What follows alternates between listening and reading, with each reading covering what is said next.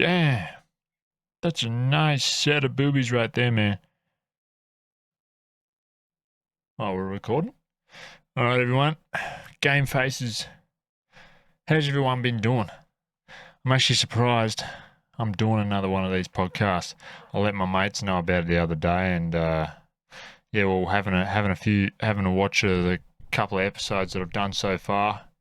Bit embarrassing, not gonna lie, because I talk a lot of shit on here, and I'm just some random in my bedroom talking to a camera. So definitely lets you know that like who you are, and me personally, a nutcase tradesman who thinks it was worth starting a podcast. So that's what we're going to do, and that's what we're doing. And here we are again.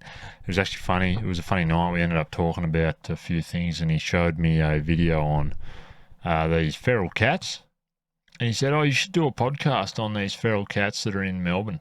And so I'll mention that a little bit through here, and you can do your own research. He had a full blown episode he had run by me, and yeah, feral cats on the mainland of Australia are, selectively breeding and whatnot. He ran me through. I didn't know that fucking meant. Like maybe if I thought about it a little bit more, I would have fucking known, but no, I didn't. So selective breeding, we do it really. I mean, that's what he said, and it is true. I mean, I don't know why I didn't. I was drunk, all right. I'm stupid normally, but when I'm drunk, it's like getting something that's just common knowledge past me is just not really going to work out for you. Sorry. So, yeah, selectively breeding. So what they'll do is the females will go for the biggest, healthiest, strongest males, vice versa, And that's how they're just gradually getting bigger and bigger. And there's people out here saying that, like, oh, they're like panther sightings and everything, and I've seen some of these cats, they're like twice the size of a general house cat.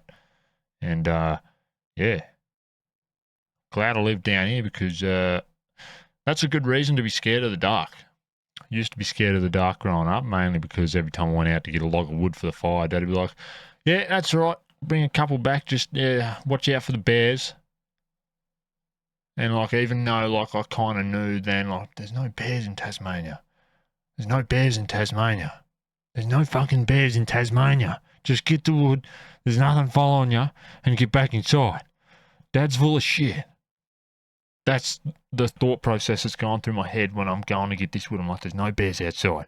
There's no bears outside. There's no fucking crocodiles. There's no nothing. It's Tasmania.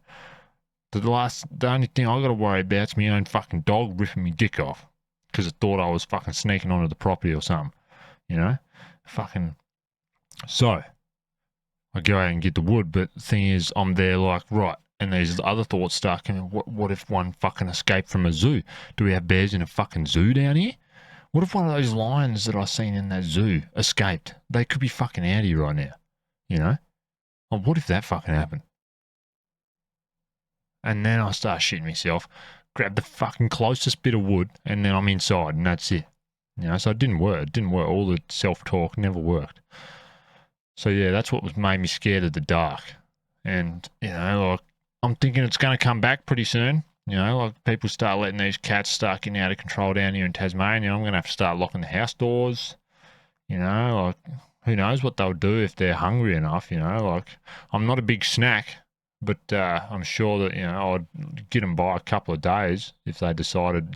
Fucking Steezy's got his door unlocked. He lives out in the country. No one will fucking know for a few weeks. Let's just fucking kick that door down, smash in the glass, feast, and bounce.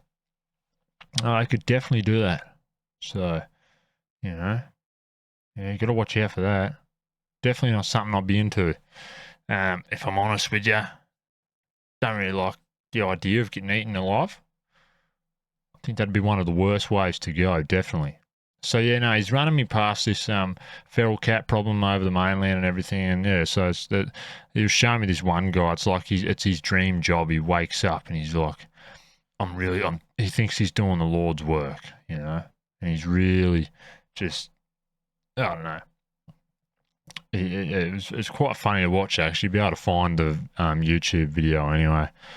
If you just Google Feral Cats Australia, fucking whatever. It'll come up, mate. Just have a look at it. It's very interesting. You actually learn a bit on it, a bit, There's so much shit out there going on that you don't know about. Like feral cats. I didn't know that, and now I do. So it's something I can talk about to people. I'm like, yeah, did you hear about, like, drunk in the corner of the pub? Did you hear about those feral cats, mate? Did you hear about them feral cats? You didn't? Fuck, mate, it's common knowledge. Let me tell you all about it. And that's an hour conversation you could have with another drunk guy at the bar, So it's definitely a good bit of information that I'll never forget. The feral cats, mate, you heard about them? Fucking twat. They might as well be panthers, mate. Can you imagine seeing one fucking run past in the dark, just a black figure, and you're there like, we're not in fucking Africa. We're not in the Amazon.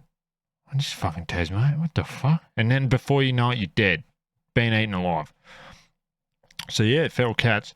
It's been a while since I've actually done another long form video. I'm going to keep these around 15 minutes really. I'm not really feeling the half an hour to an hour type of thing, especially when I'm just talking to myself. The only people that are watching this are my mates that are just going to talk shit about the video and then be like, yeah, man, I seen your new podcast. How's it feel to be talking to yourself? No one's subscribing, man. Like, why do you keep doing it? I don't know why I keep doing it, all right? It's a question I ask myself every day. I was asking myself today, am I ever going to do it again?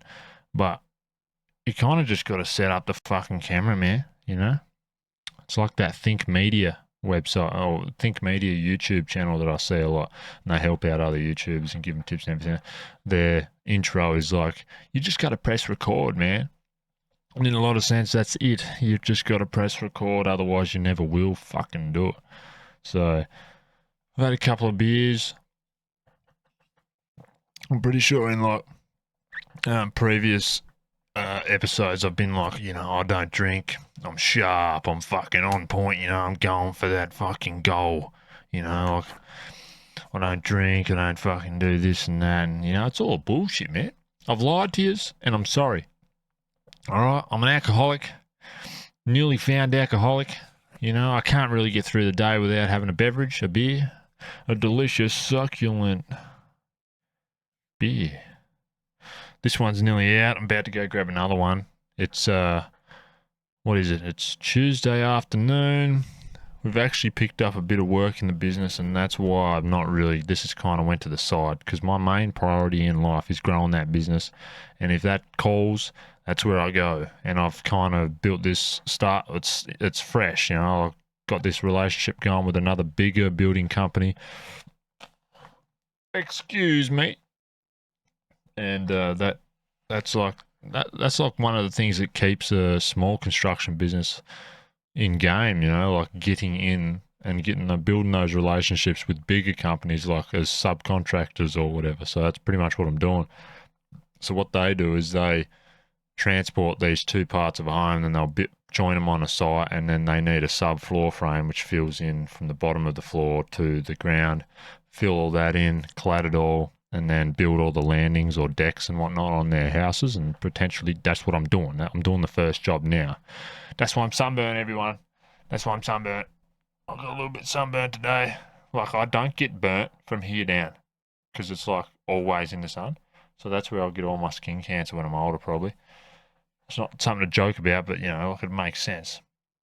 But up here, it's like, yeah, it just got red. But it'll even out that farmer's tan.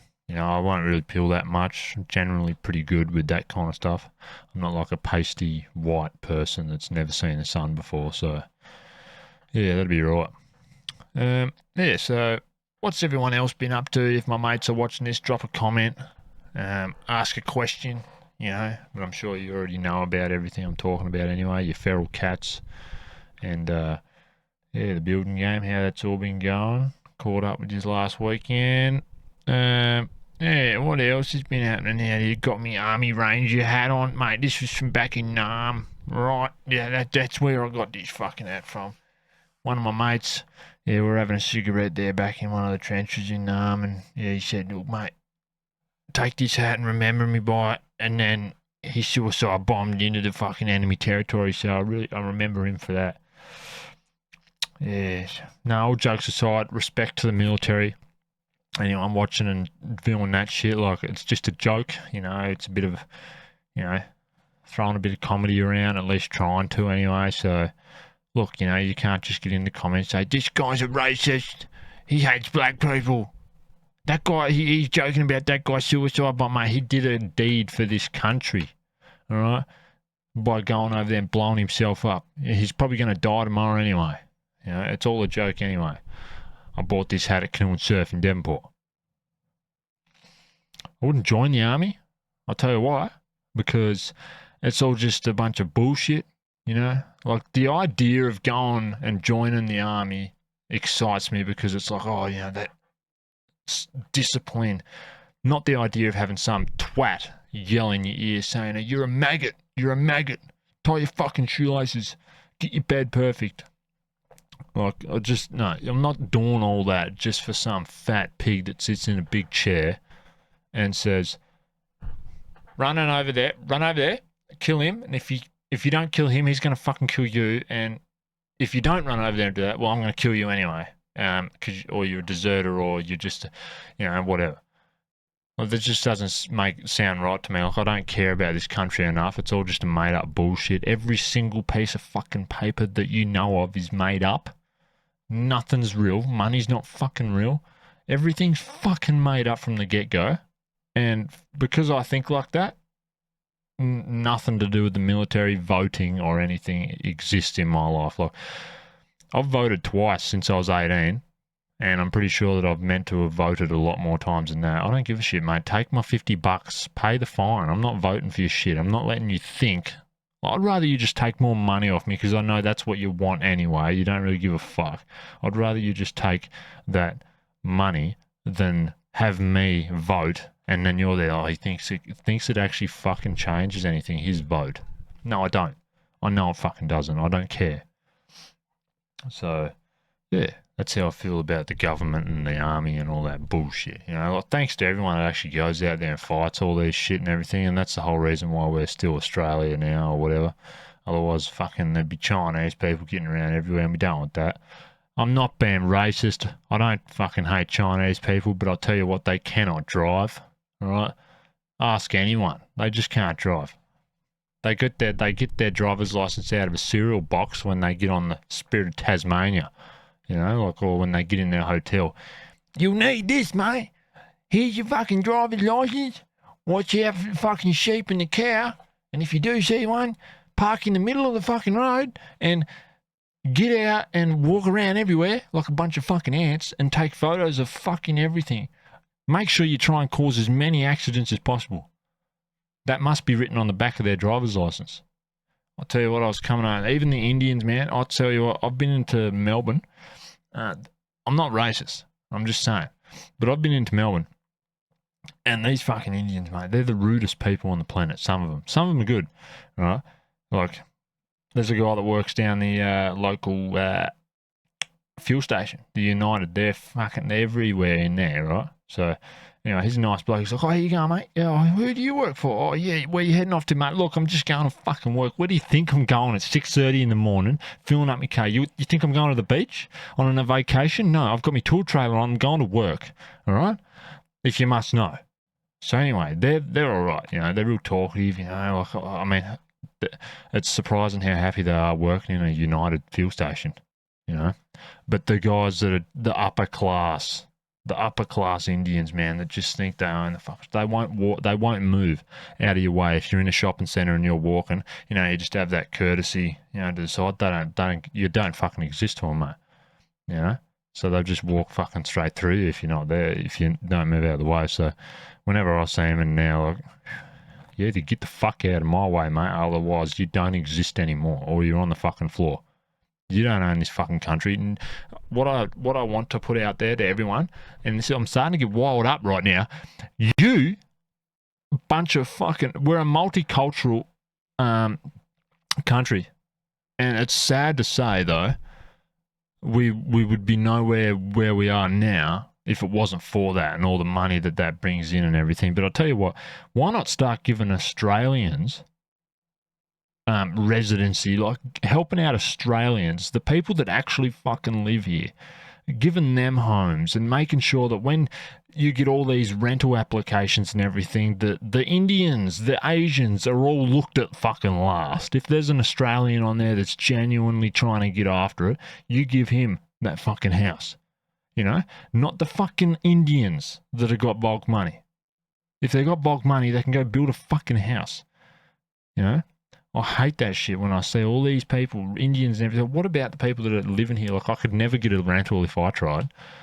No one fucking gives a shit. But if you're an Indian that's got money or Asian, like, yeah, that's some bullshit, that is. That needs to change. Another thing, Asians, man, their problem is because where they come from so fucking crowded. You're in the supermarket. A couple of years ago, I experienced this over the mainland. I went over there. I'm walking around the shopping mall.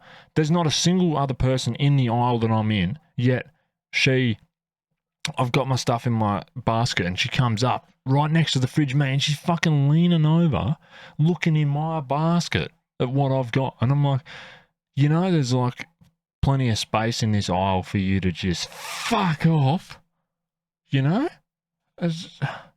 That's their problem. They're so used to being up each other's ass that they'll come and like try and fuck you. Indians, they think they own the fucking planet, so they'll try and walk straight through you. This is just facts, everyone. It's not racism, it's just facts, all right? If you want to say something racist about me, say it, but I won't get offended because I don't give a fuck what you think, all right? So that's just how it is. All right, everyone. That's about our 15 minutes, 16 minutes, whatever. Thanks for watching. This is podcast number 9. Thank you very much. Leave a comment. Take it easy, guys. I'm going to finish this beer. Cheers.